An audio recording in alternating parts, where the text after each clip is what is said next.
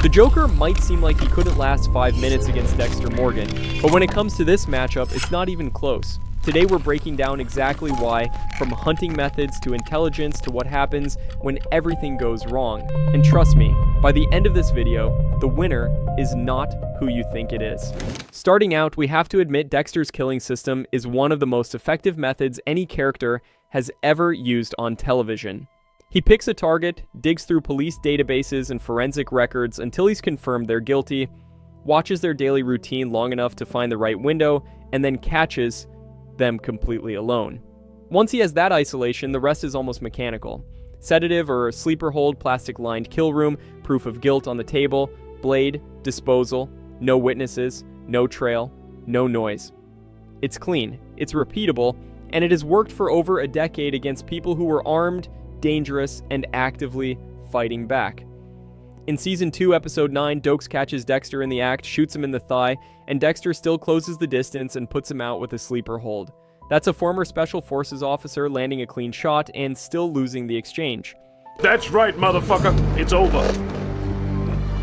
In Season 5, Jordan Chase captures both Dexter and Lumen, and Dexter still gets free and finishes the kill. Later that same season, after Lila flees to Paris, Dexter follows her across an ocean and kills her there. The man simply doesn't quit when a target leaves his comfort zone. The man's resume is real. But here's the thing about that system. Every single step in Dexter's chain starts with the same requirement: a name in a database. He needs a real identity to research, a real address to stake out, a real daily routine to map. That's how every hunt begins. And against the Nolan-verse Joker, that first step doesn't work. In The Dark Knight, the Gotham police arrest the Joker and run everything they have. Fingerprints, DNA, dental records, nothing comes back. No name, no matches, no background anyone can pull. His clothing doesn't even have labels on it. Whether some record of his earlier life exists somewhere is technically unknown. But for anyone trying to find him through normal channels, he's basically a ghost. And this isn't just a problem for regular cops. Batman, a man with technology and resources that make Dexter's forensic toolkit look like a magnifying glass in a notebook, cannot locate this guy through normal investigation. Batman has to build an experimental surveillance system that monitors every single cell phone in Gotham just to get a location on Joker for one confrontation. A billion-dollar tech empire pointed at one man, and that's what it takes. Dexter has none of that. He has a badge, a desk at a police department, and a set of forensic databases that are extremely good at finding people who have names and addresses and records. Against someone like Arthur Mitchell, that's more than enough. Against Brian Moser, against Kurt Caldwell, against Leon Prater, all of those guys had real identities Dexter could plug into a system and start working with. But against someone who doesn't show up in any system anyone has tried, the entire research phase hits a wall. You can't map a routine that doesn't exist. You can't stake out a home that nobody can find. You can't build a profile on a man who doesn't even leave behind a label on his jacket. And the only time Joker tends to show his face is when he's already in the middle of running an operation, which means the moment he becomes findable is the exact moment he's most dangerous. And while Dexter is out there searching for a ghost, the ghost is learning everything about him. Because Dexter Morgan has a legal name that's in every HR system at Miami Metro. He has a son whose whereabouts have been public knowledge. His ex-wife's murder is a matter of record. His connection to the Bay Harbor butcher case has been exposed more than once. Every dangerous person who's ever come after Dexter got there the same way. They looked into the guy sitting at the desk and didn't like what they found. Dokes followed him and caught him during a disposal. Sergeant Dokes makes sure of that. He follows me everywhere now, a human bloodhound incited by the scent of darkness. LaGuerta reopened the Bay Harbor butcher case and built a file against him. Angela ran the right search and connected enough dots to make an arrest. None of those people had Joker's resources or creativity. None of them had a crew or explosives or any of the tools Joker brings to the table. And all of them still got close enough to nearly destroy him. The information gap that powers almost every Dexter kill, the one where he sees everything and his target sees nothing, flips completely upside down. Joker can't be found. Dexter can't be hidden. But this isn't just theory, there's already proof on screen of exactly what happens when someone closes that gap on Dexter. And the result is the worst thing that's ever happened to him. Arthur Mitchell, the Trinity Killer, is the single most important piece of evidence in this entire matchup, not because he's anything like the Joker, he's really not. Arthur is a serial killer with a wife and kids and a house and a pattern he's been running for decades. He doesn't use explosives or let a crew or make public threats, but what Arthur does is something far more relevant to this conversation. He proves, on screen, exactly what happens when one of Dexter's targets stops behaving like prey and starts behaving like a rival. And the result is the worst thing Dexter has ever lived through. The Season 4 arc goes like this. Dexter identifies Arthur as the Trinity Killer and starts watching him.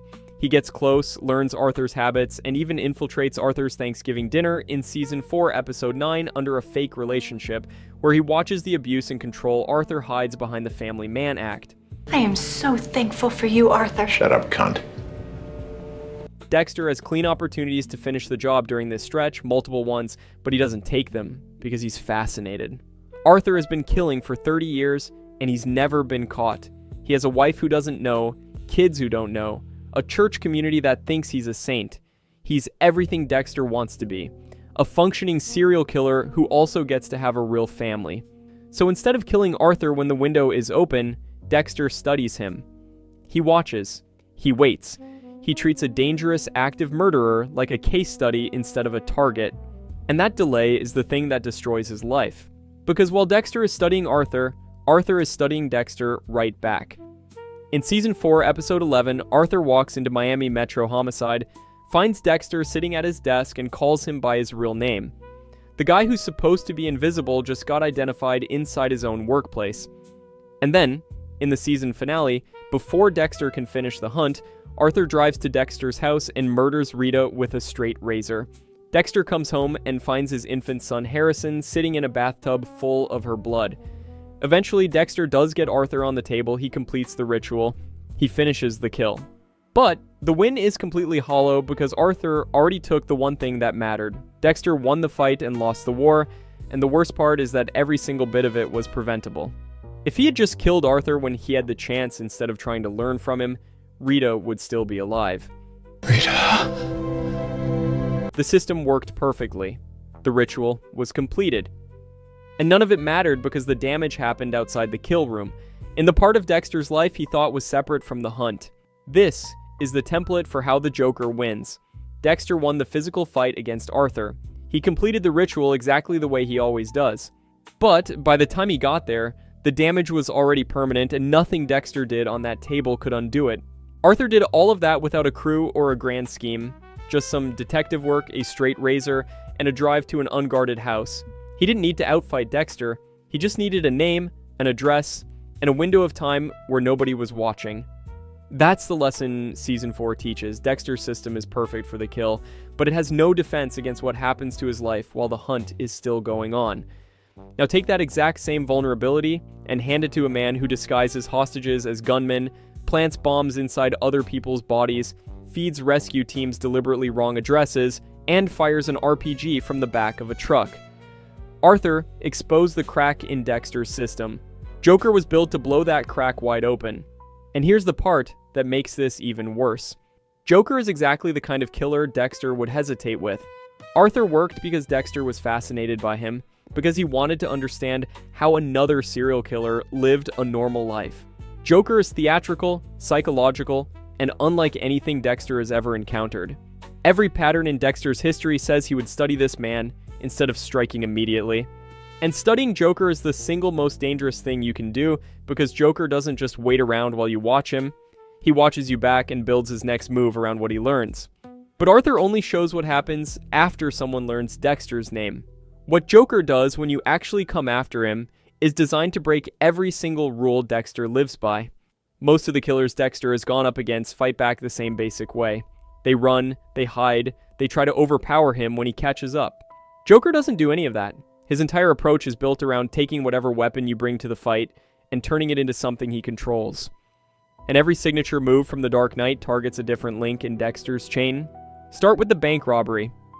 Joker puts together a 6-man crew wearing clown masks, and each member has been given secret instructions to kill the guy before him once that guy's job is done.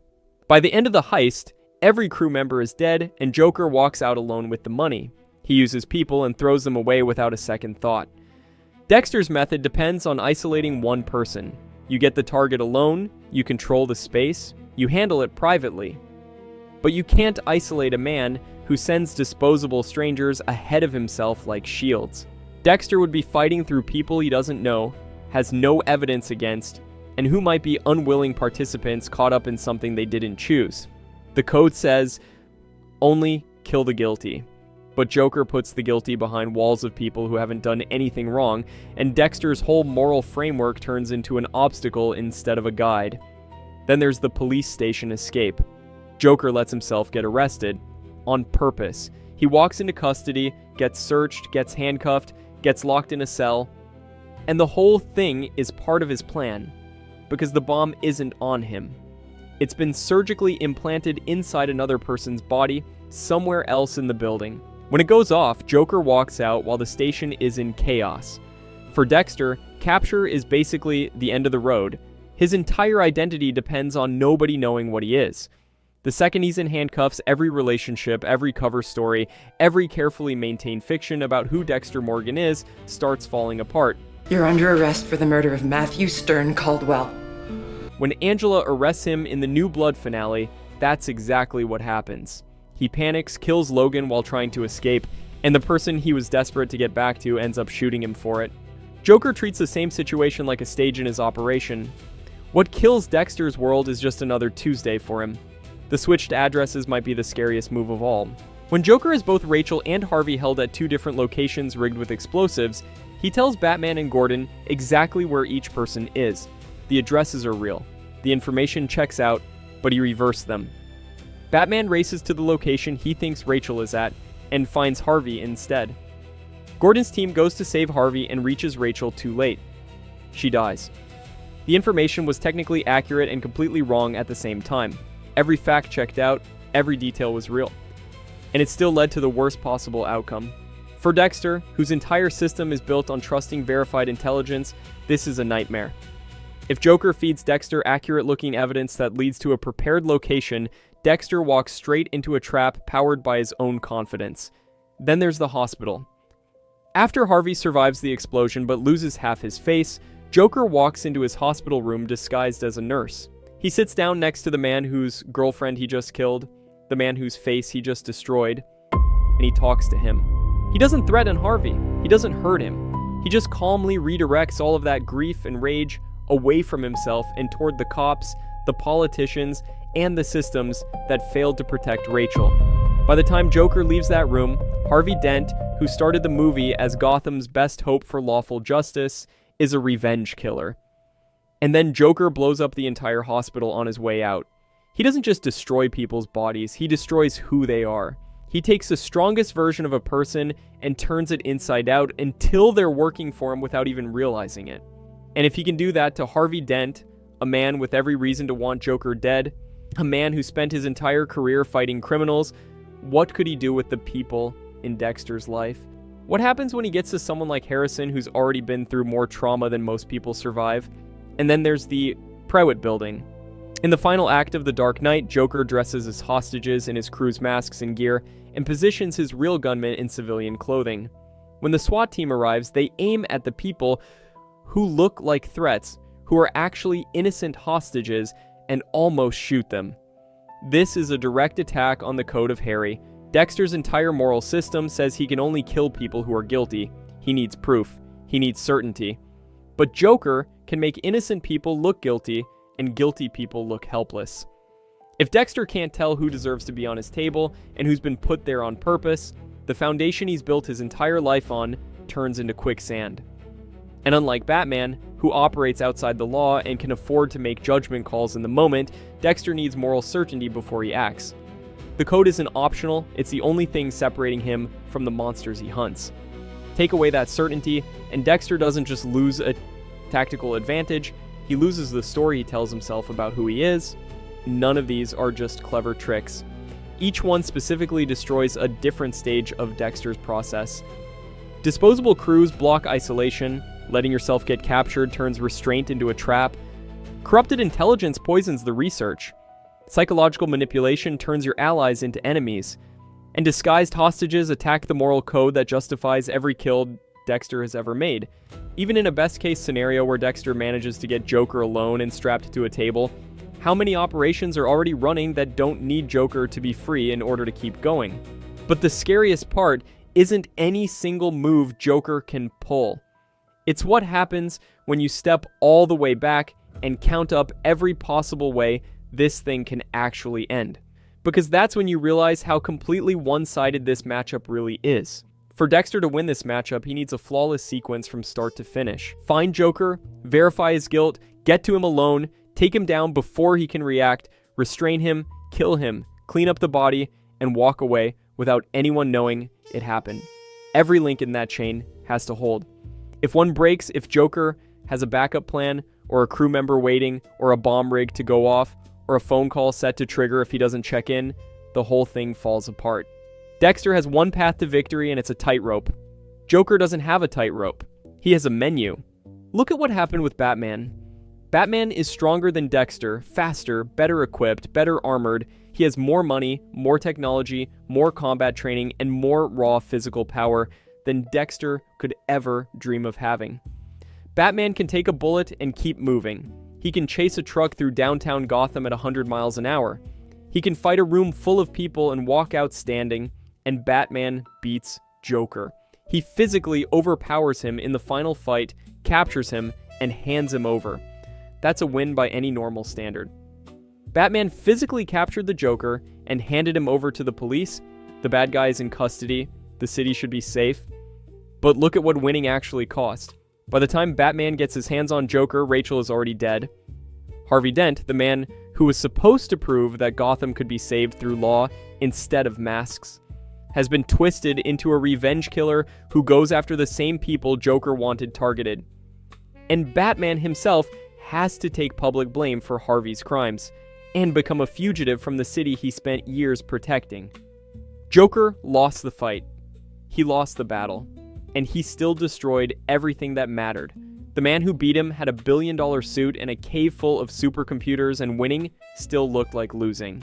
Now put Dexter in that spot and it gets so much worse, because Dexter doesn't have Batman's armor, his resources, or his ability to operate openly. So you're kind of like Batman or something.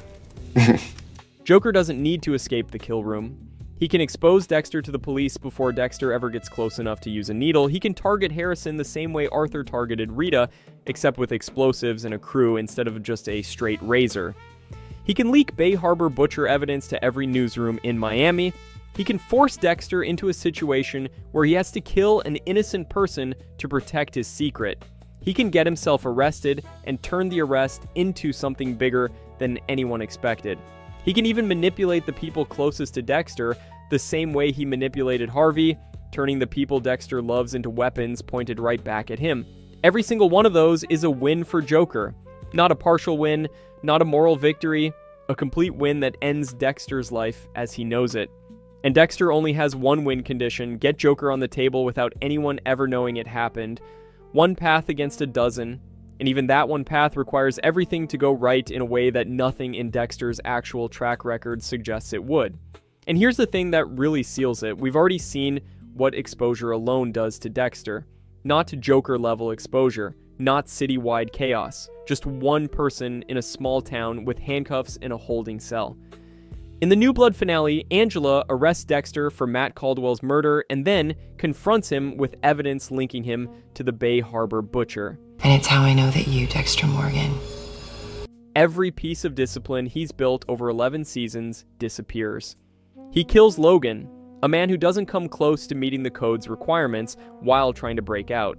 Logan wasn't a killer. He was a cop doing his job. And Dexter killed him anyway, because in that moment, getting back to Harrison mattered more than every rule he'd ever followed. That's 11 seasons of discipline, years of careful self-control, and the entire foundation of the code thrown away in a single panic decision. And the person he was doing all of it for, his own son, shoots him because of it. Dexter didn't lose that fight to a mastermind or a supervillain, or even someone who was trying to destroy him on purpose. He lost it to a small-town police chief who put the right pieces together. That's all it took. One person asking the right questions and Dexter's entire world collapses. Now think about what Joker does with that same kind of pressure. Except instead of one police chief in a small town, it's an entire city's worth of chaos coming at Dexter from every direction at once. Joker doesn't just ask questions, he turns entire cities into crime scenes. He makes the police, the media, the public, and the people you love into moving pieces on a board you didn't even know you were playing on. Angela backed Dexter into a corner by accident just by doing her job well, and the result was Dexter throwing away every principle he ever stood for. Joker would back him into a corner on purpose, with cameras rolling and the walls closing in from every side, and he'd make sure there was no version of escape that didn't cost Dexter something he could never get back. So say adios to my career. I'm gonna die a meter mate. Stop it. Deb, there's another way. Find the truck. And that's the real answer to the title. The reason this matchup isn't even close has nothing to do with who's stronger or faster or smarter in a vacuum. Dexter is a scalpel. One target, one kill, total control, total silence. That system is brilliant when it goes up against people who exist inside the same reality Dexter does, people with names and homes and routines and records. But Joker doesn't live in that reality. He turns the world around you into the weapon. The police become his delivery system. The people you love become targets. The information you trust becomes a trap. The moral code that gives your life meaning becomes the thing that paralyzes you when it matters most. And the thing that makes this matchup so cruel is that Dexter's greatest strength, his ability to stay invisible and operate in silence, is the exact thing Joker is best at taking away. This is all about blending in. All the guys at school have guns. Exactly. Dexter needs every step to go perfectly and every variable to stay under his control. Joker just needs Dexter's life to get loud. And there is no version of a prolonged Dexter versus Joker rivalry where Dexter's life stays quiet. If you want to see more matchups like this one, subscribe and hit the bell so you don't miss the next one.